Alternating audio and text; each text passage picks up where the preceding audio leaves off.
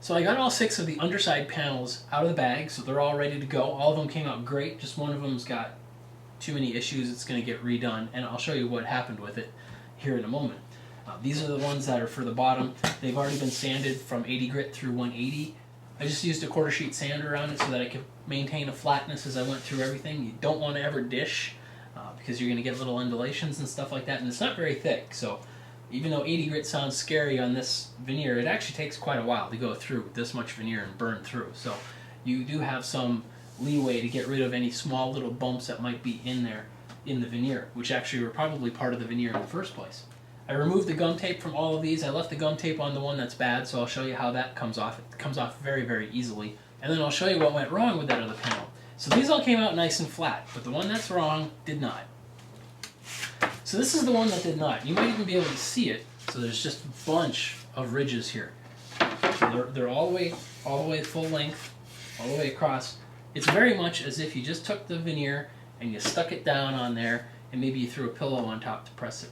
Not a lot of pressure, so it didn't flatten out. It didn't get a chance to really adhere very well. But this other side is perfectly fine. There's nothing wrong with this side. So what went wrong? What went wrong is that I was mentioning to you that I could do 2 panels at a time, or multiple. You know, you could just keep on stacking them up because all of the pressure is going to go all the way through the whole stack, depending on how many you can get glued up and when you put them in the bag and all that. So I was running behind because some people came over here and decided to turn my shop into a party one night. So I thought, I'll get 2 panels in tonight. Well, 2 panels is easy if you have somebody helping you. I don't, so throwing it into the bag was really hard, a lot harder than I expected, because the bag is falling down, you're trying to move these panels, are sliding, and of course they have to stay aligned. So what ended up happening, and I could tell afterwards when I pulled it out and went to diagnose it, I could see there was a really hard crease on some of this canvas. Now this canvas, I have enough of this canvas to be able to go and do one panel where it goes over the panel to give it some nice pressure, and then over the top to get rid of the problem of the corners punching the bag. It's a little awkward, so I don't always do that, I admit.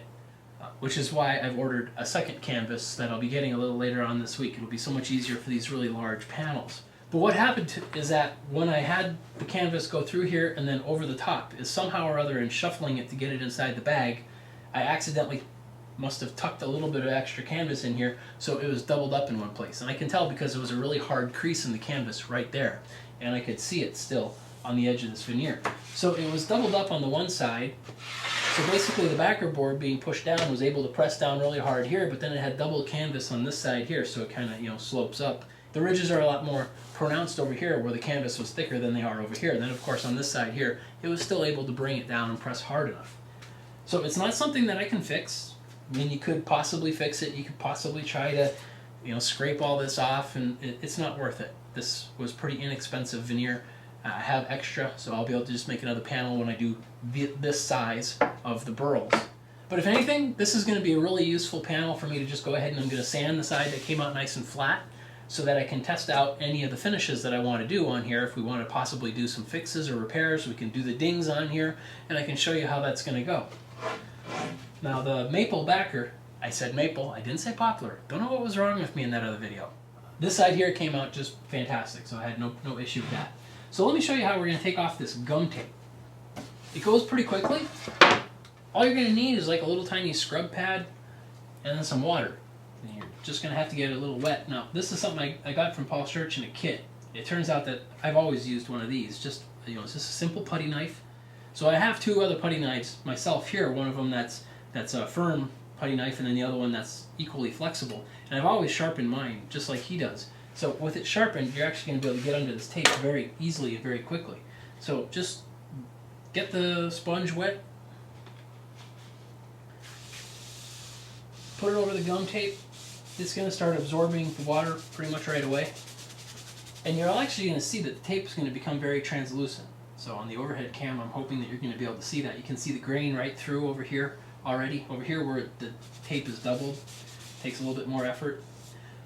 Now one thing that you're going to want to do, and I've already done on all these other panels, is, okay, I've wet this so that I can get the tape off. I really need to actually wet this whole side, because if there's some veneer that's loose, it might be flat because it doesn't have enough glue, perhaps on the underside, but as soon as you put the water on it, the veneer is going to puff up. And then you're going to know where the areas are that you need to do a repair. which is going to be take like a scalpel, cut it, tuck some glue inside, put some pressure down on it, and let it glue down. So there were a couple that were done on these other panels, and I'm sure there'll be more on the next ones, and those ones there I'll go ahead and film for you so you can see. Get the whole panel wet, and when you do this, you're going to want to make sure you do the other side too. So keep them wet on both sides. If for some reason you're just trying to remove the veneer tape because you don't need to check the rest of the board for whatever reason, at least make sure that if you're putting a bunch of water here, that on the other side of the board you put it here as well, just to keep it balanced. But when you do this, I can see that there are a few little ridges in here. The water accentuates. When it's dry, I don't feel it. Also, I've already checked this one before. These aren't soft. They're not. These aren't bubbles. So as I got it wet, it just, because of in a way it's like putting a finish on it, made it a little bit easier to see, especially I've got a raking light here with the camera light. There's a little tiny wave in there. Turns out that once we sand this at 80 grit, we're going to easily be able to get rid of that to the point where you can't really tell, and then by the time you go through some finish, build up a little bit, and then you sand it back, you're going to be able to get this as glass smooth as you like. So now with all my yakking, this tape dried a little bit. But yeah, once you get it wet, just hit it with the putty knife. It seems to always be a pain to start it. Plus it knows it's on camera, so.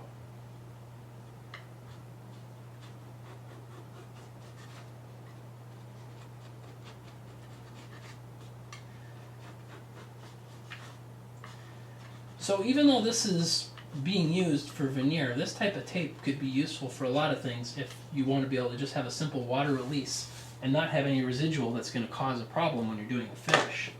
So now there's still sort of some hide glue residue on here. You can easily feel it up here. Some of the paper is still there, so give it a little bit more work. And on some of these panels there were some residuals of the glue on it, but I didn't really care too much because when I hit it with the sander, that came right off.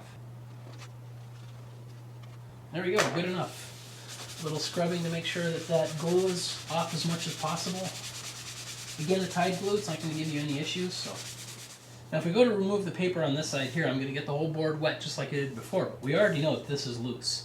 As soon as it gets wet, it softens the veneer enough that then you can actually press it down. You're going to see the bubble go and flux. Right now, it's dry. You can press on them, they feel like they're solid, but they're not.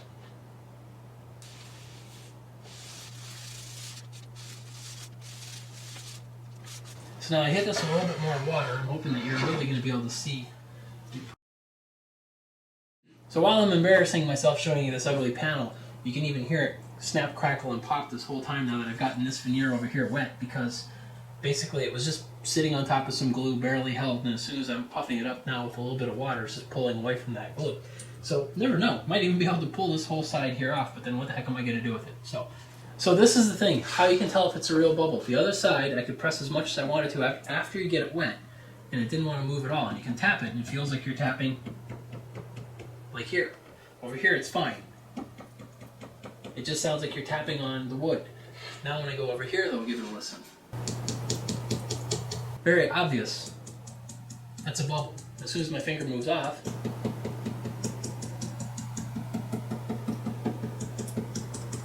so you can tell where the bubbles are. Now here it's plainly obvious. So this is one of the other panels that came out just fine. It feels all nice and smooth. There's one of them that if you go really carefully, you can feel a small place where it's like there's just a small variance. What I'm going to do is, I'm just letting you know now, because if you're looking at the veneering and you're trying to see what options are for veneering but not following this whole project, one thing that I'm going to be doing is that when I get this panel installed into the drawer section that it's on, which is going to be a ways away, we still have drawer webbing to make and all that before everything gets glued together. When I go to do the finish for this, I'll be putting a coat of finish on, at least one coat, and then I'm going to use Aquacoat grain filler. Now you saw me use this before on a previous episode, and I've actually started to use this thing here. Is great when you get yourself in trouble. So always keep stuff like that around, because I tend to get in trouble. So what I'll do is, after you get the first coats of finish on here, let it cure. If it's a water base, you can go ahead and put this on pretty much the next day. If it's a oil-based finish that I put on here, well then you'd want to wait until it gets a chance to cure. a lot further. With the heat that we have out here, that generally is about 4 or 5 days, and then it's perfectly fine for me to put on. But if I put this grain filler on, if there's that little tiny dip, just slather some on there, let the stuff dry. It dries very, very quickly. And then take a nice hard block with cork on it and sandpaper, and then just sand across until you got it nice and flat. And then you can just, do your regular sort of intermediate coat sanding on the finish, and then go ahead and do the rest of the finish. You can barely feel that little undulation, so if you want to make it perfect, you can do it with this, but you'd never be able to see it. That little tiny dip that's in there, you would never be able to see it without thinking it's just part of the curl.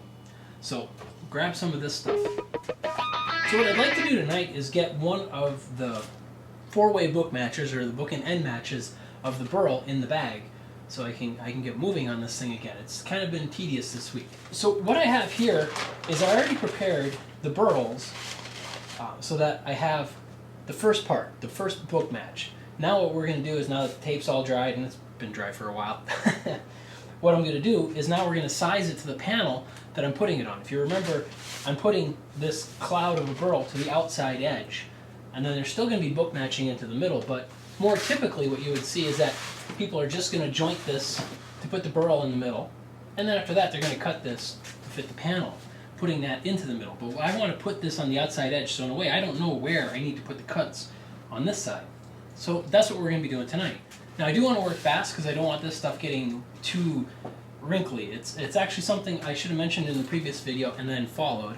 And what that is normally when I was putting the softener on, I would put it under the weights and all that, and once it got to the point where it was just barely humid in the bag, I covered it with some plastic. So there was still a little bit of airflow off from the side. It wasn't completely sealed. But with the plastic, it kept it very humid because this is a really dry state. Now, it turned out that I sort of stopped doing that because we had 3 weeks of monsoons where it was really gummy humid in here. But it's been dry again, and you can see that it starts to want to curve once it gets dry. Some of the flatter veneers, the simpler stuff like the maple, it stayed nice and flat, but as soon as you get to the burls where you got crazy grain going in all sorts of different directions, they all shrink at a different rate while they're drying, and then it gives you this sort of Pringle look. So now this isn't the way I want to put it. I want to put the burl to the outside edge. So let me swap these. This is the top panel that we're going to be doing on one of the units. Now I've already marked it with some center lines. So I have a center line on for the length, and then a center line for the width on either end, and then there's a small cross in the middle. So what I want to do is, the length of this panel, this substrate panel that I'm sticking this onto, is 40 inches long. So we're going to be cutting this at approximately 20 inches. But I want to do it a little bit further, and you'll see why. Now, one of the first things I want to figure out is, we want to try getting this to be mirror imaged the other direction. Normally when you're doing it against this burl, you can kind of, you're going to put them kind of close together, see where they look mirror image, and then do the cut. We got to do this, but we have to do an extra step to get the length. So if we take a look at this other burl here, you can see that the two panels, they lined up pretty close to flat on the edge. This one here, there's a little bit more of a distance. What I want to do is I want to find a landmark on this burl that I can find on both of them and measure to this outside edge of the burl, where the cloud is. And I want to find which one of these two sheets has the shortest distance, because that one's going to be the one that's going to limit us the most when we go to do these cuts. You'll see this later, and it's probably going to be really close to the same distance, so it may not even matter. So now if we separate this out, we can see that there's these knots here, and these are going to be really prominent. So those are going to be something that we're going to be able to see. So what I'm going to do is just measure a quick distance to the edge here, 7.5. 7.5 is the shortest distance that we've got on both, so these are both basically the same. It's not they're so close that I'm not actually going to worry about what I was telling you. What I was concerned about is, for example, these are 7.5 and 7.5 here. Say, for example, that this one here was 8.5 to the outside edge, and this one here was only 7.5 to this distance here. This would be the one that I would need to, the shorter one, need to place to this edge to figure out where the center line is, because on this one here we can have more of this burl cloud off the board being removed. But if I use this one here to size it, what would end up happening is that this one here would have to be, an inch or a half inch, whichever way, however much more there is, in, and it might make it too short. So I wanted to find out, but they're both basically the same, so it's a concern that I don't need to worry about. So now effectively, I need it to be 20 inches to get it out to this outside edge. Now this panel is a half inch oversized in all 4 directions, So we got a little bit of wiggle room. But what I want to do is I want to go a hair further on this panel. The first one, I'm going to go an extra 1/4 inch. Actually, I'm only going to go an 1/8 of an inch. This is the 20-inch mark, so it's basically going to be center of my board. But I've gone an extra 1/8 of an inch because I need this extra 1/8 of an inch in order to do the jointing simultaneously. And this wouldn't be all that complicated if you just go to do it, but I'm trying to explain sort of the thought process since it's a little bit different than what you would be doing normally for this panel. I want to cross-cut it here, and I want to make it as 90 degree to this line that I've got as at all possible. For the first cut, we're going to end up cutting this one twice. So I'm going to grab my jig. We're not actually going to use it with the router, but I've been using it just as a cutting surface for the moment. But what I need is, how am I going to place this to be 90 degrees? There really is no reference for me. So what I'm going to do is I'm just going to take a square and we're going to mark a line across here, that square, and then I'm going to go ahead and make the saddle marks on the side. So this top board is the one actually I use as a straight edge reference. In fact, I've marked a line here to know which side I treat as my cutting surface. What I'm going to do is put this cutting board on top, and I'm going to use this line that I drew across it to line it up to basically the center of this bookmatch joint. So that way there, I'm going to be cutting 90 degrees to it, or at least as close to 90 as I need to be. Got lucky, first try. So let me go ahead and cut this. Now this is going to make placing and figuring out where the real cut's going to be a little bit easier. So this is the second one, the one that we didn't cut. What I'm going to do is I'm going to place this right on my center line. So now I've got it placed right on this line, and I taped it. So now I've got it taped down on the line, and this is all the way out so that the shortest part is all the way to the edge of this panel. I don't care about this overlap too much. So I'm going to spin this around.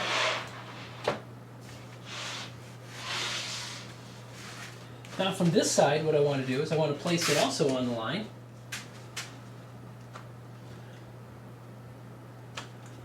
Right there. Now this makes it a little bit easier for me to see exactly where I'm probably going to want to cut this. Now this isn't something you're going to be able to see really easily on the camera, but there are some mirror images that we're trying to look for when we're doing this. This one here, there's a very simple knot that's right across from the other knot there. I mean, it turns out that this is the mirror image there. There's a branched knot here that actually traveled quite a ways before it got to the next sheet. I mean, there's several sheets in here. I might have wanted to do a better sequencing for that. This mirror images it fairly well. There's a little bit of a discrepancy with this knot as well. It's like this side here traveled compared to the other side. But what I want to do, what the discrepancy is that you're not going to be able to see, is that I have two knots here on either side of this boundary. This one here to the edge is about 1/8 of an inch further than this one here to its edge. I mean, it's simply because I added that extra measurement. So you know that if I were to cut this right on that 1/8 inch line, I'll be going right between those two knots and dead center those two. And that's what I want to try doing. And then what I'm going to do is I'm going to take the saw and we're going to cut both of them simultaneously. If for some reason I put the fence to do the cut on here and it's not quite 90, it's still going to match up just fine. Or I could pivot it a little bit more this way. So that's what I'm going to do. Let me add some veneer tape to this so that we can hold it down. We can actually do it with some blue tape, and I'm tempted to do that simply because then I don't have to wait for it to dry. We'll be putting veneer tape on this afterwards in order to hold the joint together. This time I'm going to line it up to that original mark I made at the 20-inch mark.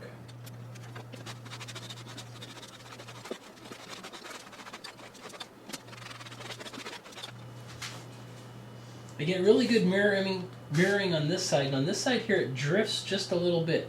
So I'll watch for that more on the next panels.